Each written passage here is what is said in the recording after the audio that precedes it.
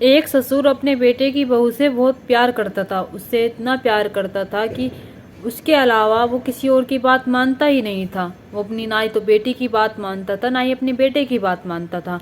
वो अगर मानता था तो अपनी बहू की बात मानता था।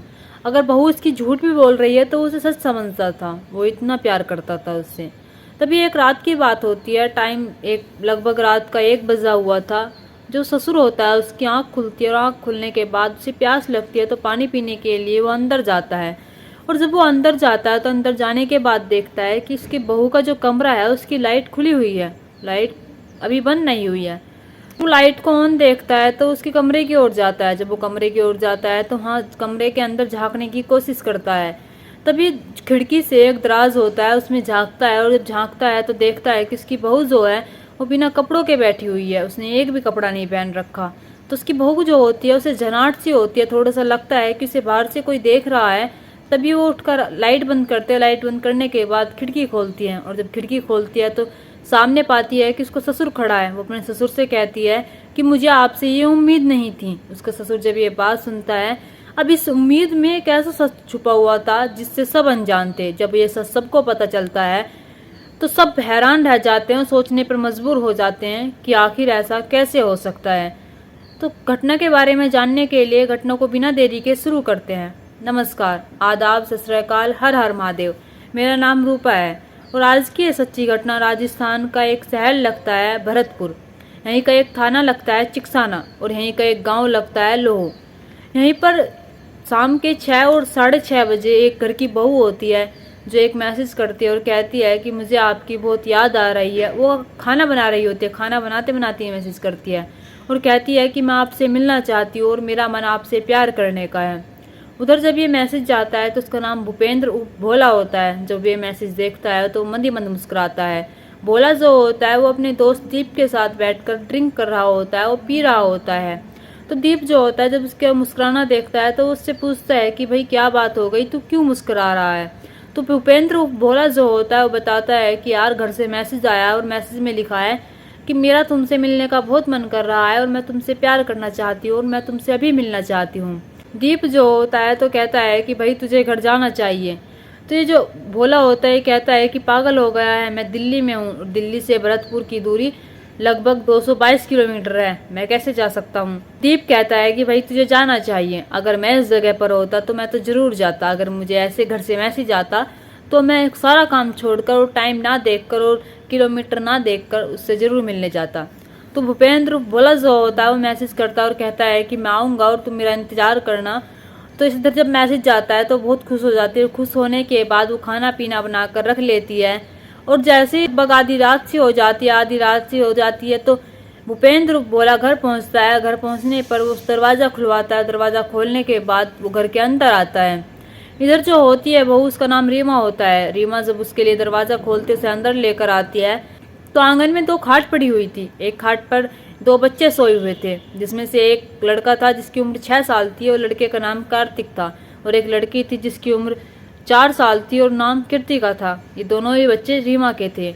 और इधर दूसरी खाट पर रीमा का पति पवन सिंह सोया हुआ था। आप सोच रहे होंगे ये भूपेंद्र उर्फ भोला इसका पति होगा, लेकिन नहीं, ये इसका पति नहीं था, ये इसका प्रेमी था। ये इसे अपने घर पर बुलाती है। घर पर बुलाने के बाद 4 पाए जो होती है उनकी दूरी होती है, उनमें दूरी होती है तो वहीं पर एक कपड़ा बिछाती है। कपड़ा बिछाने के बाद ये इससे शारीरिक संबंध बनाने लगती है भूपेंद्र भोला से। जब इसके साथ शारीरिक संबंध बना रही थी तभी जिसका जो पति होता है पवन सिंह, उसकी आंख खुल जाती है और जब उसकी आंख खुलती है तो सामने देखता है कि उसकी पत्नी रीमा और हमारा उसका ही पड़ोसी जो होता है भूपेंद्र भोला एक साथ आपत्तिजनक में है और वे दोनों एक दूसरे से शारीरिक संबंध बना रहे हैं। जब वो इस चीज़ को देखता है तो वो चीखता है और चिल्लाता है। जब वो चीखता चिल्लाता है तो उसकी पत्नी जो होती है उसके पैरों में पड़ जाती है और कहती है कि तुम चीखो मत, चिल्लाओ मत, और मुझसे गलती हो गई और मैं ऐसा नहीं करूँगी।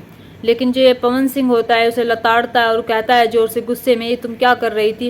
वो बाहर जाने की कोशिश कर रहा था, वो चिल्लाने की कोशिश कर रहा था, लेकिन भूपेंद्र भोला जो होता है उसका मुंह दबा लेता है। मगर वो फिर भी नहीं मान रहा था, वो बाहर की ओर भाग रहा था। भूपेंद्र भोला जो होता है उसका गला दबा लेता है और जब गला दबा लेता है तो गला उसका थोड़ा सा दब जाता है।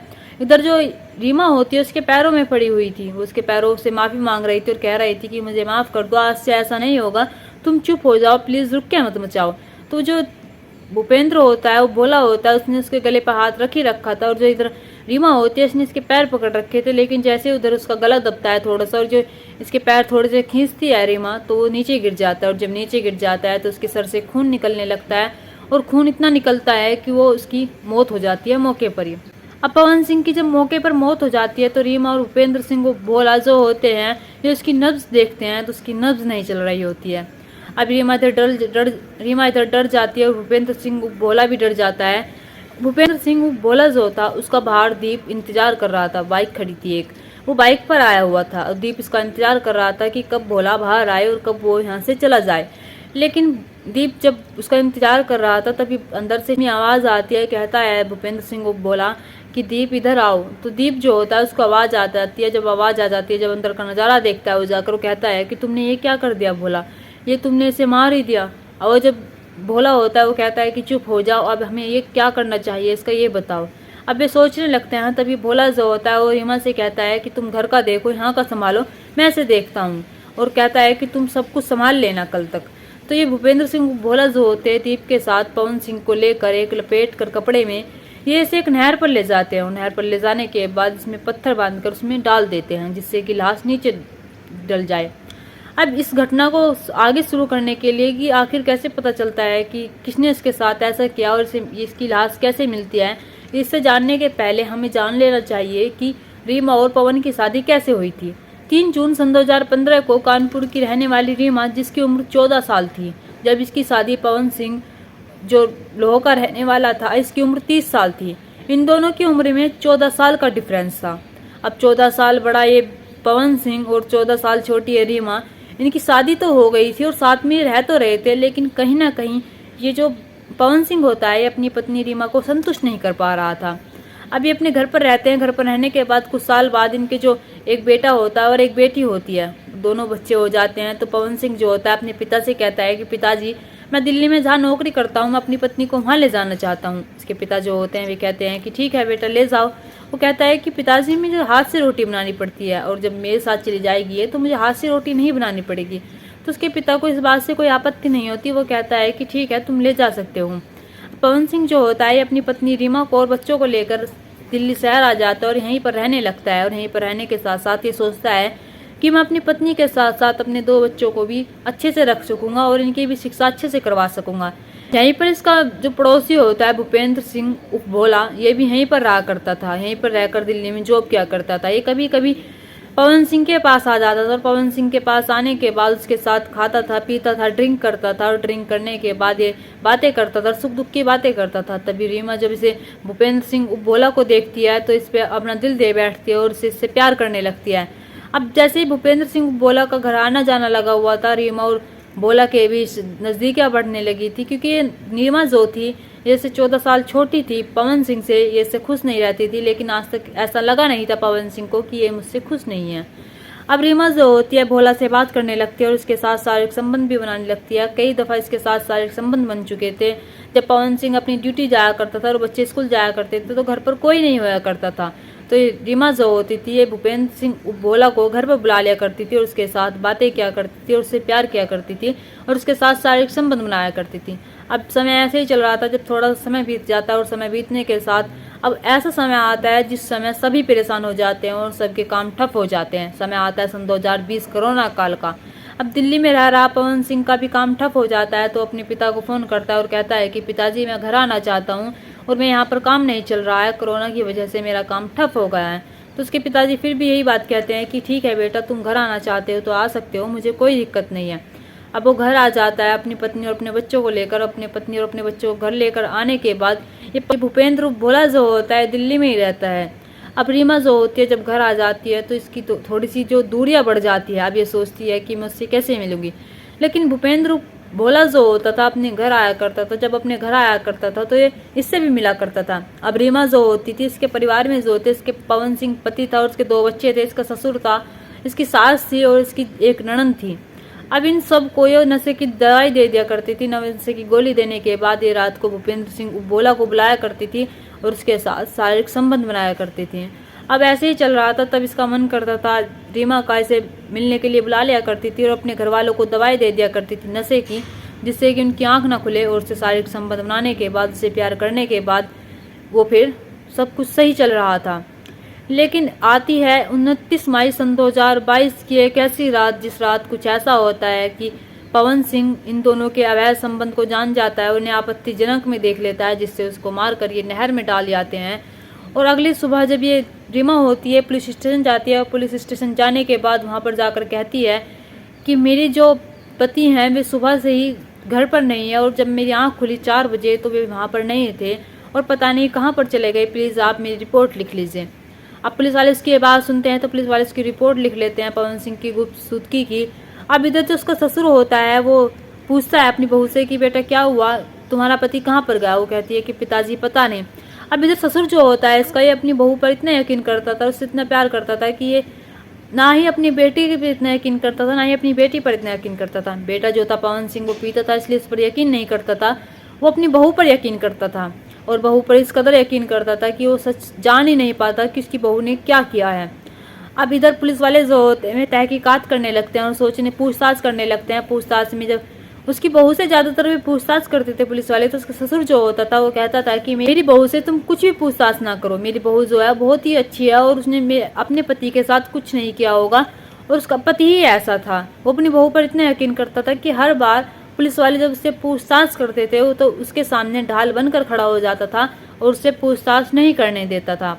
अब पुलिस वाले करे भी तो करे क्या, वे पवन सिंह को ढूंढने में लग जाते हैं। पवन सिंह नहीं मिलता तो कुछ दिन बीत जाते हैं और कुछ दिन बीतने के बाद 2-3 महीने बीतने के बाद रीमा जो होती है इसका मन भोला से मिलने का करता है और ये फिर भोला को फ़ोन करती है और कहती है कि मैं तुमसे मिलना चाहती हूँ, तुम मेरे घर आ सकते हो। तो ये घर आता है। जब घर आता है तो ये दोनों शारीरिक संबंध बना रहे होते हैं, दोनों आपत्तिजनक में होते हैं। तो उसका ससुर जो होता है उसकी आधी रात में आँख खुल जाती है और वो पानी पीने के लिए बाहर जाता अंदर जाता है। जब पानी पीने के लिए जाता है तो वो देखता है कि उसकी बहू की जो लाइट है कमरे की वो खुली हुई है। तो जब जाकर देखता है और झांकता है खिड़की के दराज में को, तो देखता है कि उसकी बहू रीमा और उसका पड़ोसी भूपेंद्र बोला एक दूसरे के साथ शारीरिक संबंध बना रहे हैं। वे आपत्तिजनक में थे और जब वो ये चीज़ देखता है तो वो सन्न रह जाता है और देखते ही उसके होश उड़ जाते हैं कि आखिर मेरी बहू ऐसा कैसे कर सकती है, मैंने जिस पर इतना यकीन किया वो मेरे साथ ऐसा कैसे कर सकती है।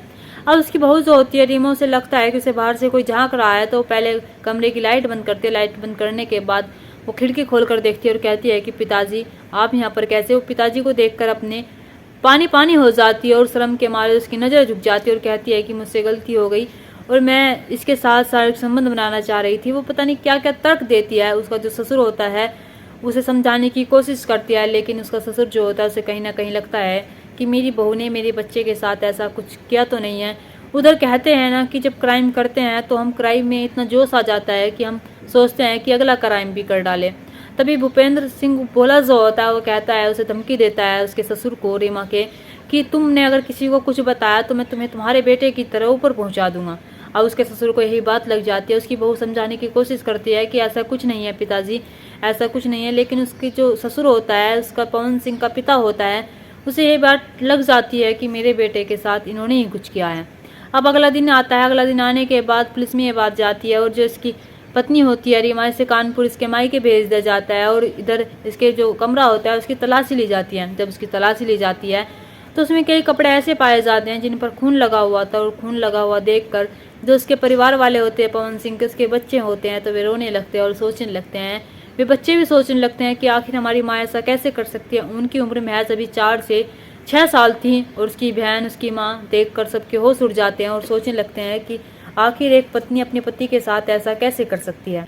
अब इधर पुलिस वाले जो होते हैं वे जिसका ससुर बयान देता है, पवन सिंह का पिता बयान देता है, उसके बयान के आधार पर रीमा और भूपेंद्र भोला को उठाकर लेकर आते हैं, उन कस्टडी में लेते हैं। कस्टडी में लेने के बाद उनसे पूछताछ करते हैं, उन पर दबाव बनाते हैं।